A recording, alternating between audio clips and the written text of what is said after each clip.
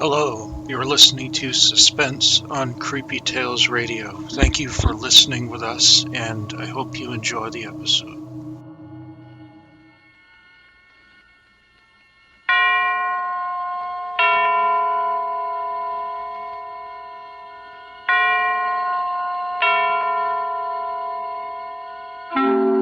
Suspense.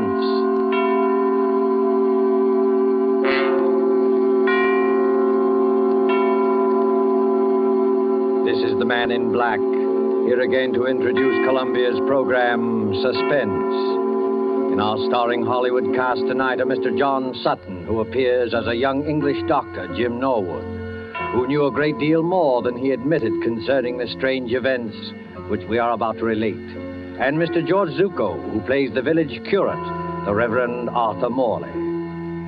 Our story, and it bears none but a coincidental resemblance to H.G. Wells' famous short novel, The Invisible Man, is by John Dixon Carr, and is called The Man Without a Body, tonight's tale of suspense.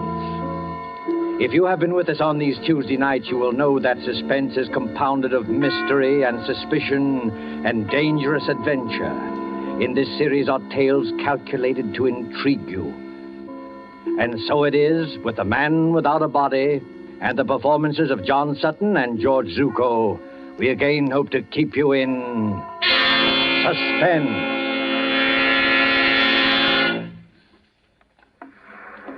A lonely beach of low white sand hills edged by the surf of the North Sea. And back from the beach, drowsing as it has drowsed for 10 centuries, lies the village of Aldbridge in Suffolk. There is the seawall, now defaced by air raid shelters. And there are the rolling grain fields, the thatched white cottages, the spire of St. Luke's Church above the oak trees. Ancient and bell-haunted, lost among hedgerows, this village could never cause consternation in London newspaper offices. And yet, on that warm night nearly 4 years ago... This time it's really happened. A man without a body, completely invisible. Copy, boy. Copy, boy. Look at this dispatch. Reign of terror in Suffolk Village. Has another of H.G. Wells' romances come true? An invisible man? I can't believe it. What's the matter with that village? They all gone scatty? Mr. George Wellman, builder, states that as he was returning home along the main road from Bury St. Edmunds... He distinctly saw a man's hat, without any head under it, moving towards him about 6 feet above the ground. Oh, George must have been full of beer. We can't use this story. Copy, boy! Even more surprising evidence was given by the Reverend Arthur Morley, vicar of St. Luke's Church. Who? The parson? You don't think he was full of beer? One question above all agitates the village. Who is Professor Ansmith? Who is this elderly American, said to be an inventor, who has settled at Aldbridge and leased a part of the house belonging to the local doctor? Out of some terrifying workshop, to strike like a maniac, where least expected, has there at last emerged... A real invisible man? The Church of St. Luke, Aldbridge, on that same Sunday evening.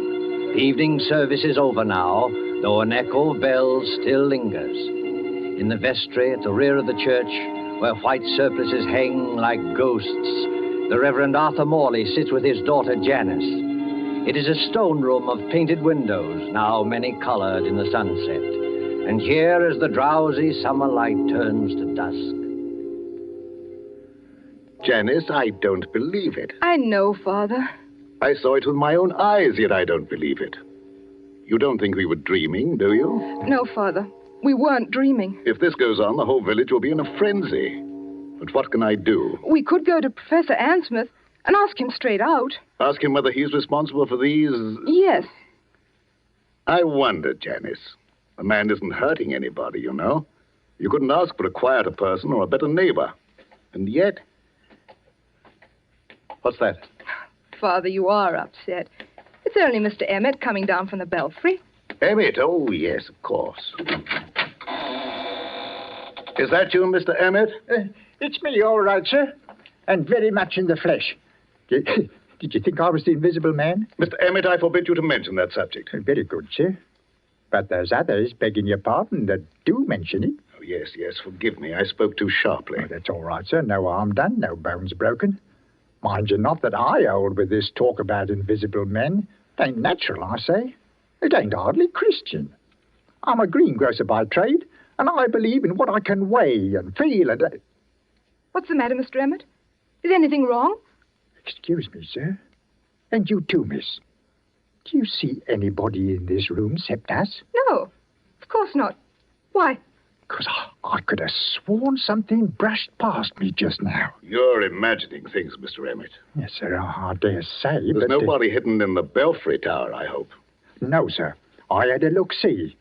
And what's more, there's not going to be anybody up there once I've locked the door. Now, let the blighter try and get in. Oh, please, Mr. Emmett. And you too, Father. You're talking about this invisible man as though he actually existed. There's something funny going on, miss. You can't deny that. No, none of us can deny it. And what's more, sir, it's getting pretty dark in here. Hadn't you and Miss Janice better get along to the vicarage while I lock up? No, we can't go just yet, Mr. Emmett. We're expecting Dr. Norwood. Dr. Jim Norwood, sir? What does he say about all this? Oh, you might ask him yourself, Mr. Emmett. I think that's probably him now. Come in. The vestry door's not locked. Oh, hello, Padre. Hello, Janice. I'm sorry I'm late. Oh, hello, Jim. You seem a good deal out of breath. I am out of breath, Janice, because there's blue blazes to pay down in the village. Not more trouble. Yes, I'm afraid so. They're holding a mass meeting at the Coach and Horses, and they're ready to murder Professor Ansmith. If this invisible man cuts any more capers, we may see a real old-fashioned lynching in an English village. Now, look here, my boy. This has got to stop. I know that, Padre, but how are we going to stop it? Sit down there, Jim, across the table from me. Yes, sir. First of all, what do you know about this Professor Ansmith? Nothing, sir. Nothing at all. But you rent part of your house to him. Oh, my dear Padre, that house is twice as big as I can possibly manage. I was only too glad to get a tenant. He gave you references, I imagine? Yes, but I didn't bother to check him. He's a quiet old boy. Pays his rent on the dot. Never does anything except read and go for long walks. Are you quite sure of that, Jim? The village has war nerves, that's all. With the camouflage aerodrome in the neighborhood, they're apt to imagine anything. True, perhaps, but... That talk about dynamos humming in the old boy's room and blue lights flashing is rubbish out of a sensational film. They imagine the whole thing. Finally, this crazy story about an invisible man playing the gramophone. Why, it's not a crazy story, Jim. Janice and I saw it happen. You what? Last night, about 9:30, Janice and I were out for a walk in the lane that runs past your house. On the way, we met Willie Kendrick, and he joined us. Well, sir? Listen, Jim. On that side of the house, there's a little square room with 2 windows and no furniture except a round table and a couple of chairs. Do you know the one we mean? Yes, of course. Professor Ansmith uses it. What about the room? It wasn't quite blackout time. The windows were up, the curtains weren't drawn, and the room was brightly lighted. On the table stood an old-fashioned gramophone with a horn and a crank handle. Beside it lay a pair of white cotton gloves, like gardener's gloves. The gramophone was playing away for dear life, but there was nobody in the room. Janice thought that was a bit odd, a gramophone going full tilt with nobody there, and called my attention to it. Just then, the gramophone started to run down. We could hear the record slow and go off key. As it did so... Well, sir, go on. As it did so, those white gloves got up off the table. Got up off the table? Got up off the table, took hold of the gramophone, and wound it up again. Mr. Emmett, what on earth are you doing? I dropped some candlesticks. So I see. Please pick them up again. Yes, miss. Padre, are you serious? Perfectly serious. A pair of gloves without any hands inside them? Yes. But what did they do exactly? The left-hand glove steadied the gramophone. The right-hand glove wound it up. Then they both hung in the air, beating time to the music. It should have been funny. I can only assure you it was not funny. Oh, what happened then? Oh, Jim, it was horrible. Willie Kendrick let out a yell and ran down the lane between the apple trees as though the devil were after him. I can't say I blame him. Father and I just stood there and... Stared is the word, my dear. Yes, stared. I can't forget any of it.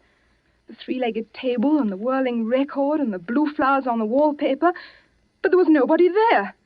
We could see past the table and under the table and all over the room, and there was nobody there. Except the man without any body. Confound the man without any body. Father, suppose it is true. As a clergyman, my dear, I prefer to remain agnostic. This thing's a trick. Yes, but how's it done, and why? That's the whole point, Jim. What worries me is the effect on our people here. We call ourselves intelligent, and yet, look at us. Even Mr. Emmett there. Hey, what's that about me, sir? A few minutes ago, you thought something brushed past you when you were coming down the stairs from the bell tower. Now, didn't you? Well, yes, sir. You see what I mean, Jim? But I didn't really think so, sir. Not really. It was imagination, just like the doctor said. Because I searched that tower. I locked the door afterwards. Exactly. But the mere force of suggestion, nothing more, might lead you to believe. That's not suggestion, Father. Sir, I'll stake my Bible oath there's nobody in that belfry. Bells can't ring by themselves, old man. There's somebody pulling the rope up there, and we're going to find out who it is. Now, one moment, all of you. What's wrong, Padre? You're as white as a ghost. This blasphemous mockery, it seems, extends even to the church. Very well. You will stay with Janice, my boy. Emmett and I will collar this invisible man. Why can't I go, too? I don't believe in this, but I should prefer to have someone with Janice. You're not afraid, Mr. Emmett? If it's alive, sir, I'm not afraid of it. And if it's dead, well, you're not afraid of it. The tower door's open, sir. I'm ready. Don't do it, Father. Don't go. You can't help them, Janice. Sit down here. Take it easy. Jim Norwood, what's wrong with you? Wrong with me? You've got an odd look, too. And the light's fading. And the surplices look like ghosts. And in another minute, that bell would drive me mad. Suppose he has got in. Who? The invisible man. Oh, don't talk rot. As there are sounds that the ear cannot hear, so there are colors that the eye cannot see. I read that somewhere. He hasn't hurt anybody yet. But suppose he turns nasty and does hurt somebody. He can't hurt anybody. How do you know? Janice, listen to me. Take my hand. Oh, but Jim... I want to tell you a few things you won't understand. I don't ask you to understand. I just ask you to remember. Well, what is it? The first is a question. If you were a government official and wanted to find an expert on camouflage, where would you go? An expert on camouflage? Yes. And the second point is this. I studied medicine in Germany. Oh, I know that, but that's One night on a bet, I hid backstage at the Winter Garden Theater in Berlin. I saw the whole show from backstage, and I learned a great deal. Jim Norwood, what on earth are you talking George about? Wellman and I have talked the whole thing over. In a way, Janice, there is an invisible man. I can tell you who he is and how he works. But there's no danger, do you understand? There's no danger at all. Jim, what was that? I don't know. You do know. I can see it in your face. You do know. I think somebody's fallen. Fallen? From the top of the belfry. Oh, Father! Stay here, Janice. You can't do any good. Let go of my arm. I'm going up there. No, you're not. I didn't think what the danger might be. Besides, there's somebody coming down the stairs now. Stay just where you are and don't move until... Oh, Father. Father, are you all right? Steady, sir. Take it easy now. I'm perfectly all right, yes. But you'd better go into the churchyard and see to Emmett. He fell? No, Janice, he did not fall. He was thrown. Oh. Thrown? By whom? There's no time to argue now. You're a doctor. Go out and see to him. Well, is he in... I don't know. Go. Yes, sir. For I will work a deed in your days which ye will not believe, though it be told you. Janice, this is incredible. Why? You heard the bell ring. I saw it ring. Without anybody there? I was as close to that bell as I am to you now. No hand held the rope.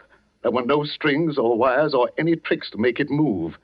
Yet it clanged back and forth alone in the tower.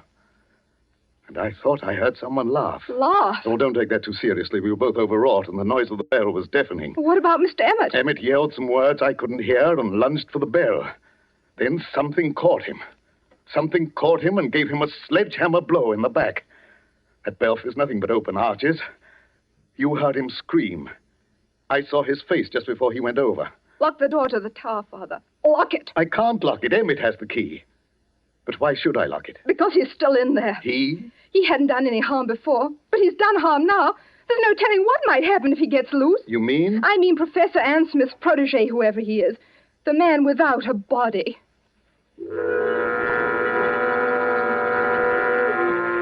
Under the red sunset, some quarter of a mile away, a grass-carpeted lane winds between rows of apple trees. The lane is dusky, though lights shine into it from the windows of a large stone house, Dr. Norwood's house beyond the apple trees. Up and down, a shadowy figure is pacing. An elderly figure, a dejected figure, tall and frail as a shadow among shadows, muttering to itself, shaking its head, now and then raising one fist in bewilderment or anguish. Sometimes the light gleams on large spectacles and a kindly mouth. Up and down, endlessly up and down strides Professor Ann Smith. I'm not guilty. I'm not guilty. How can I convince them that I'm not guilty? Who's there? I saw you dodge behind that tree. Stand out, sir. Did you call me Professor Ann Smith? Yes, I did call you. Who are you? You probably won't recognize me, Professor Ann Smith. Nevertheless, my friend, may I ask what your name is? My name is Wellman, Professor. George Wellman. Wellman. I've heard that name. Maybe you have. I'm a builder by trade, and a great friend of Dr. Norwood's. Wait one moment. Aren't you the young man whose firm is putting up these air raid shelters along the seawall and making such an unholy din with your riveting machines? That's me. And come to think of it, aren't you the one who first started this alarm about an invisible man? Yes, because I met him. You did not meet him, sir. This whole thesis is scientific nonsense, and I won't have it. You won't have what? I'm an old man, Mr. Wellman. I never did anybody the least harm. As God is my judge, I know nothing whatever about this... What's that? It looks like the vicar's car, Professor. You'd better stand back. This is a pretty narrow lane. Ann Smith. Professor Ann Smith. Yes, Mr. Morley, I hear you. We thought you'd better drive over here straight away. I think you've met my daughter. And, of course, you know Dr. Norwood. Yes, but there's no time for any social formalities. Get into your house, Professor Ann Smith. Get in quickly and close the shutters. But why should I do that? Because there's a mob coming, sir, and we can't stop them. Hurry, do hurry. A mob coming here? Why? Haven't you heard the news? I've heard nothing, my friend. The only person I've seen has been that young man there who chews a toothpick and hides behind the trees. George Wellman? What on earth are you doing here? Watching, Janice. Watching and waiting, just as usual. Listen to me, Professor Ann Smith. Henry Emmett, the head verger at St. Luke's, was thrown from the belfry window not 20 minutes ago. Not by me, sir, I assure you. I had nothing to do with it. No, not by you, but apparently by the invisible man. Oh, Father in heaven, will this never stop? Not till we catch the fellow. No. Be quiet, Mr. Wellman, please. I'm sorry, Padre. I take it back. I myself can testify that no visible person laid hands on Emmett. He was struck as though with a gigantic fist. What's the matter, Professor Ann Smith? Is anything wrong? No. I was just thinking. Is Emmett dead? Fortunately, no. I'm glad of that, my friend, for a certain person's sake. He's not even seriously hurt. The bell tower isn't high, and a tree broke the force of his fall. But he's badly shaken up, and that crowd at the Coach and Horses means trouble. If you haven't anything to say to us, if you haven't a word of explanation to utter... Listen, Padre, don't you hear anything? Yes, I thought I heard voices. Can't be that crowd from the village. We're too far ahead of them. It's a crowd, all right. And they've been here for hours. But where? I don't see anybody. Jim, look, behind the trees. Look behind the trees. Look beyond the hedgerows. Look for any place where a watcher can hide. And may I ask what they're doing here? They're watching you, Professor Ann Smith. More of your spies, you mean? You can call them anything you please. But they're getting impatient and they want a showdown. If I as much as hold my hand up like this... Don't throw stones at the windows, you fools! You're only breaking the doctor's windows! Gentlemen, I can't have any more of this. Be quiet, all of you, and listen to me. Well, sir, we're listening. I'm a peaceful man. I like to live in peace with my neighbors. I have nothing to do with this so-called reign of terror. But you don't believe that, do you? No. Then I must expose a fraud. Now, don't blame me if I expose the trickster, too. I have made preparations to show you the invisible man. The man without a body. Quiet, everybody! Mr. Morley, I believe you and your daughter walked through this lane last night while I was away at the Bury St. Edmunds. I don't know about your being away, sir. My daughter and I were certainly here, yes. Good, good. Miss Janice Morley. Yes, Professor Ansmith. Will you look toward your right, please, at the house? What do you see? It's the same room. What room? The room with the little round table and the gramophone. It's a three-legged table, you notice. Yes, of course. But there's nobody in the room. No, nobody at all. Are conditions exactly as they were last night? Yes, except there aren't any gloves on the table. No, but the invisible man is there. Oh. A living presence, ready to act and breathe and even kill. With your permission, I shall now address him. Hello in there. Hello in there. Hello in there. If anybody answers him, Father, I'm going to scream. Quiet, Janice, quiet. Father, look. The gloves are appearing on the table. I call out to him and I speak as follows. Hold the phonograph with your left glove. That's it. Turn the handle with your right. One turn, 2, 3, 4. That's enough. Touch the spring with your left hand. Push the record. Lower the needle with your right and...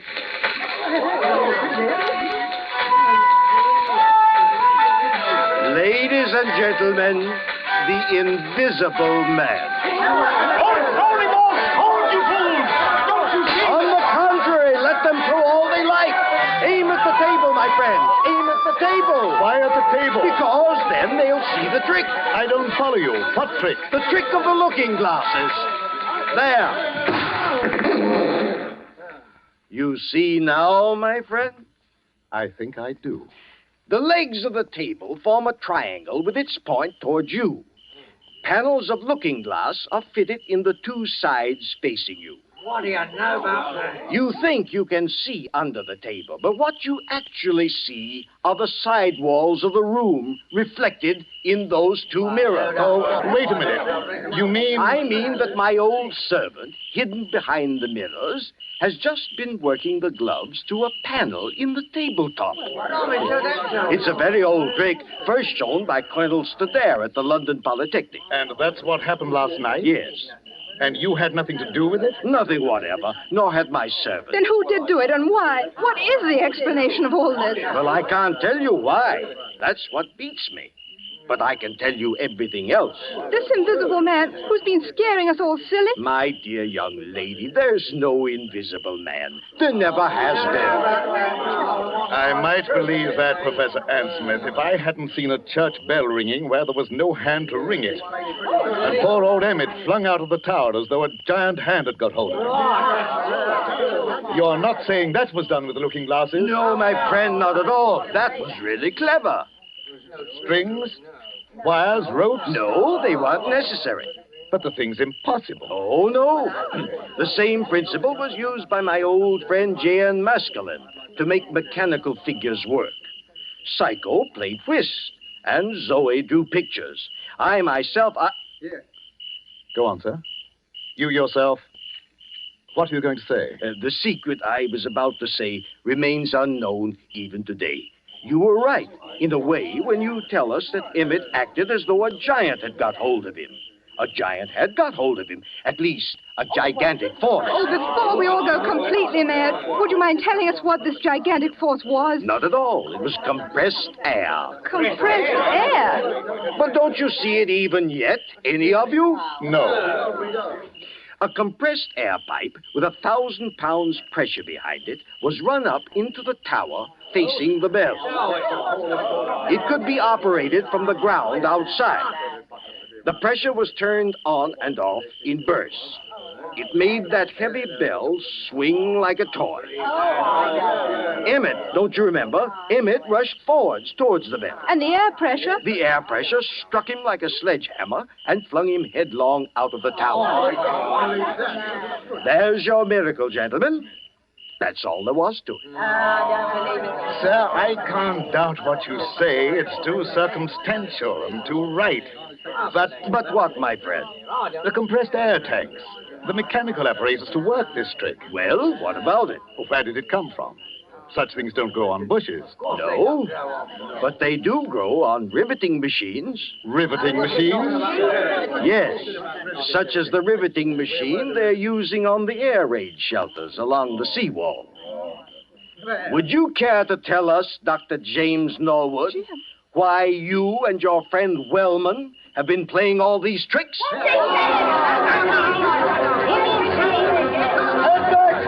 All of you. Jim Norwood, is this true? Why, of course it's true, Mr. Morley. Don't be so gullible. Jim and George Wellman doing all this? I don't believe it. Take a look at their faces, young lady. Did you ever see a guiltier-looking pair? So we look guilty, do we? Frankly, you do. We played the whole game and convinced the village there was an invisible man. Is that it? Yes. You worked the glove trick in your own house. And Wellman worked the air trick with his own equipment.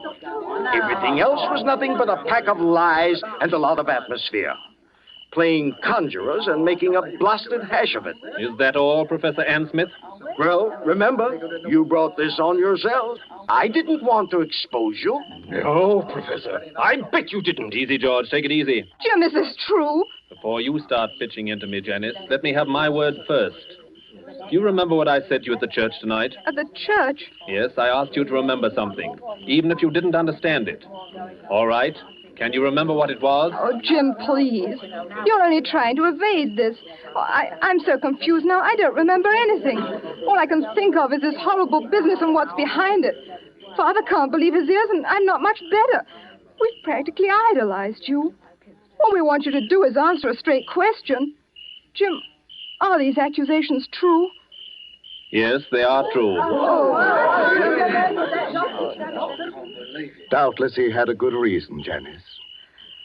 Doubtless he had a good reason. Yes, we had a good reason. The very best reason in the world. You had a good reason for scaring people half to death and trying to kill poor old Henry Emmett? We didn't mean any harm against Emmett. That was an accident. But you dare to defend yourself now? Yes, just that. Before we go home, Father, shall we apologize to Professor Ann Smith? I hope he'll try to think better of English hospitality. Good, Janice, good. I hope he will, too. You hope he will. Listen, Janice, before you act on any belief, you have to be absolutely sure in your own mind. George and I had to prove something, and now I'm glad to say we have proved it. Oh, I can't stand this any longer. If you have anything to say, go on and say it straight out.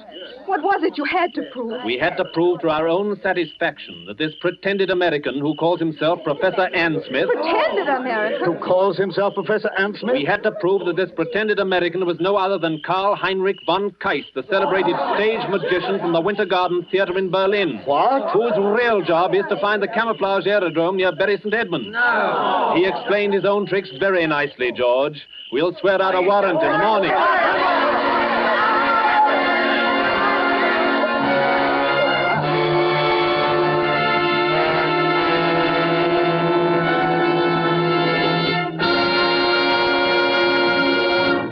And so closes The Man Without a Body, starring John Sutton and George Zucco. Tonight's tale of Suspense. This is your narrator, the Man in Black, who conveys to you Columbia's invitation to spend this half hour in suspense with us again next Tuesday, when the distinguished actress, Miss Agnes Moorehead, will be heard in one of her many brilliant characterizations. Starring with Miss Moorehead will be Miss Ellen Drew, who as Carol Linden tells the amazing story of Uncle Henry's Rosebush. The producer of these broadcasts is William Spear, with Ted Bliss, the director, Bernard Herrmann and Lucien Moraweck, conductor and composer, and John Dixon Carr, the author, collaborated on tonight's Suspense. This is the Columbia Broadcasting System.